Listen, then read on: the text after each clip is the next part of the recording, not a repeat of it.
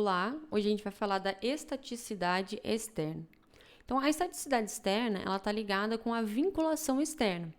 Então, as estruturas, elas podem ser classificadas como hipostáticas, ou seja, quando possuem vínculos insuficientes para garantir a imobilidade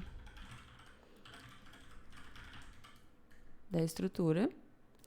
Elas podem ser classificadas como isostática, ou seja, os vínculos são em números estritamente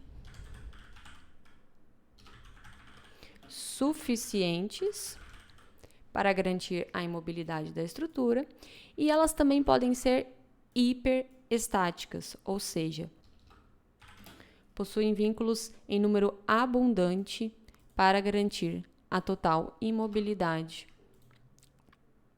da estrutura. Como é que a gente faz, então, para identificar se a estrutura é hipo, iso ou hiperestática?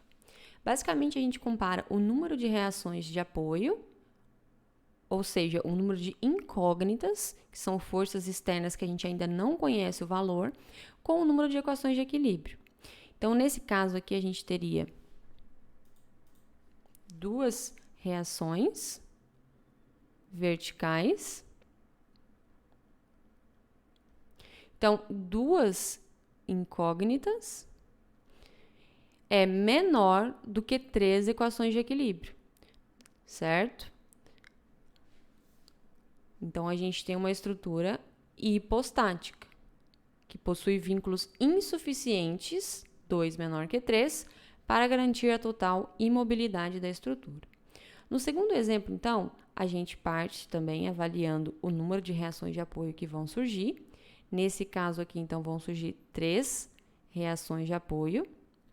Então, a gente tem 3 incógnitas igual a 3 equações de equilíbrio, certo?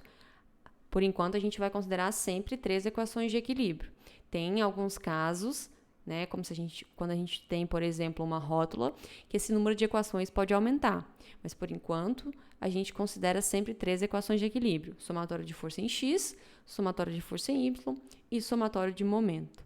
Então, 3 incógnitas igual a 3 equações de equilíbrio, temos uma estrutura ISO. No terceiro caso, então, a gente avalia o número de reações.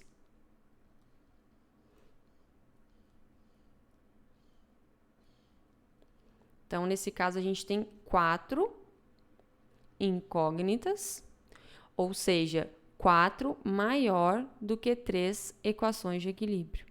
Então, quando a gente tem uma estrutura que possui vínculos mais do que necessários para garantir a total mobilidade, então veja que tem mais incógnitas do que equações, a gente tem uma estrutura hiperestática. Uma coisa que a gente deve ficar atento é que se a gente está trabalhando realmente com uma estrutura estável, certo? Como que a gente sabe que a gente está trabalhando com uma estrutura estável? A estrutura vai estar em equilíbrio instável quando as forças formaram um sistema de forças paralelas, como esse caso aqui. Então, por mais que a gente tenha vínculos em número suficiente, vejam que 3 incógnitas é igual a 3 equações de equilíbrio, a gente não está trabalhando com uma estrutura em equilíbrio estável, certo? Então, nesses casos, a gente classifica a estrutura não quanto à estaticidade, mas quanto à estabilidade. Então, basta que a gente classifique ela como uma estrutura em equilíbrio instável, tá? Então, vejam que formou aqui um sistema de forças paralelas. Uma outra situação, então, seria quando a gente tem forças concorrentes. Nesse caso aqui, à esquerda. Então, vejam que a gente tem o número de reações é suficiente, então a gente tem 3 incógnitas, que seria igual a 3 equações de equilíbrio, mas a gente não tem uma estrutura em equilíbrio estável, certo? Vejam que aqui o ponto que o HA e o HB estão restringindo é o mesmo, certo? Então, a gente tem aqui forças concorrentes, não vão conseguir bloquear o giro da estrutura. Então, a gente tem uma estrutura em equilíbrio instável.